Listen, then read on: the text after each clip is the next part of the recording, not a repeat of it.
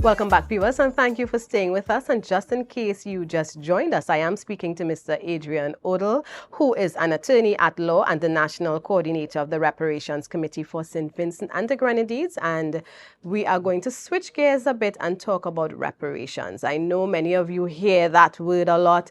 We think of slavery when we hear it. And as I have Mr. Odle here, I can't just let him go. After all, he is the national coordinator and deals a lot with that. So when we talk about reparations, exactly what are we speaking about in this Okay, context? so when we hear the term reparations, most I'm persons not hearing think, you at the moment, so let me just see if it is on your end or my end. All right, I think you're coming through now. hello? Yes, yes, Yes? yes. Okay. So generally, when we speak about reparations, persons tend to think about money, and it's not simply about money. Reparations means you're being repaired in terms of the damage that has been caused to you as a consequence of either slavery or genocide. And it's important that I mention genocide because genocide would also encompass what our former colonial masters would have done in terms of the indigenous people of our Caribbean region.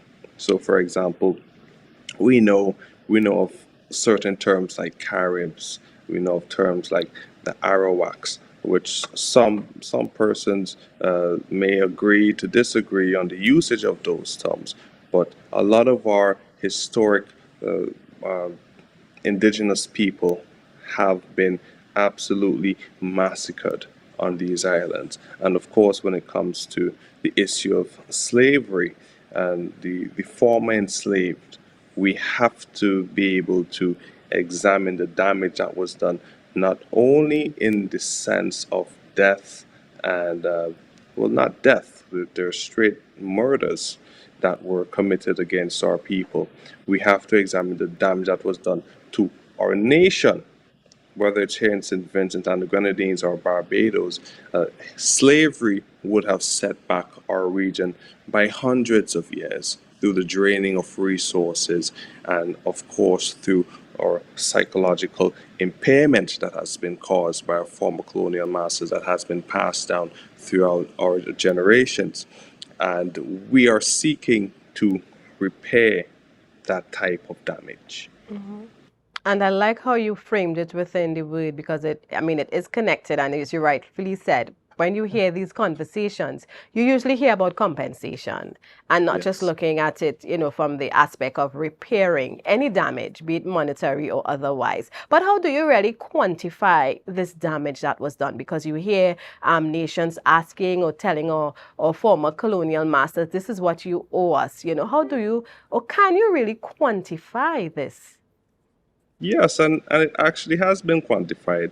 There are a number of documents that would have calculated the the financial strain or what is owed to us financially.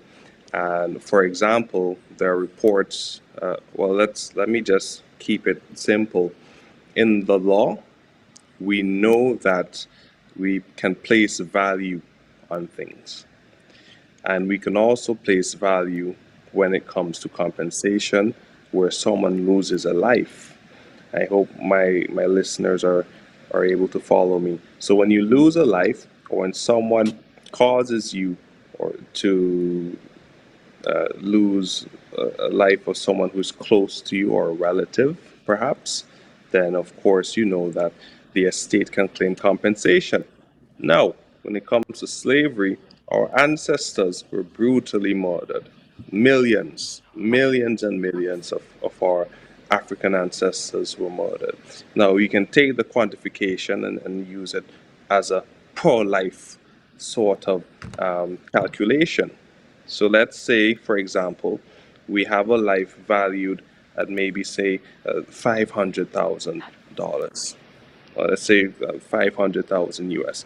You take that and you can multiply it and see the costs of all of our ancestors who were killed. Some Right. persons use the method, and then we can backtrack to our economic development. Now, we can look at the drainage of our resources from the planting of cane and other exports, and how that would have damaged the soil in our countries. And we can look at that, and we can also look at the underdevelopment of our economies as a consequence of this sort of plantation economics that would have existed at the time. And we Right. can see where we would have been if it were not these types of plantation economics within our region. So there are a number of ways to calculate. Right. And this topic is so interesting, and it's so unfortunate that many of us, even when we hear it, whether it's BBC or local media, we kind of gloss over it. I think we don't understand sometimes our worth and what was done to us. And it's important for us to have these conversations, especially with our upcoming generations, for us to understand, what was done to us and what is due to us. So I want to thank you so much for you sharing on these two topics with us this morning. Thank you for spending time with us here in Tobago. And maybe, I don't know, have you ever visited Tobago? I used to live in Scarborough Oh, at very one awesome. All right. So, very well. Right. So, good. So, we adopt everybody in Tobago. So, you're one of us, right? So, that's point. really exciting. So, you're familiar with how we do things here and how we as a people. So, we just want to wish you all the best as you continue to represent not just St. Vincent, but, CARICOM and the region as a whole on matters like this, and sharing your voice and advocacy in matters like this as well. So thank you so much. All right, thank you for having me, and I hope that you welcome me again. Yes, of course. All right, viewers. So we go for a quick break. When we return, our next guest, who is no stranger to media, no stranger to here, will join us. And if you're wondering who he or she is, of course, you have to come back on the other side of the break.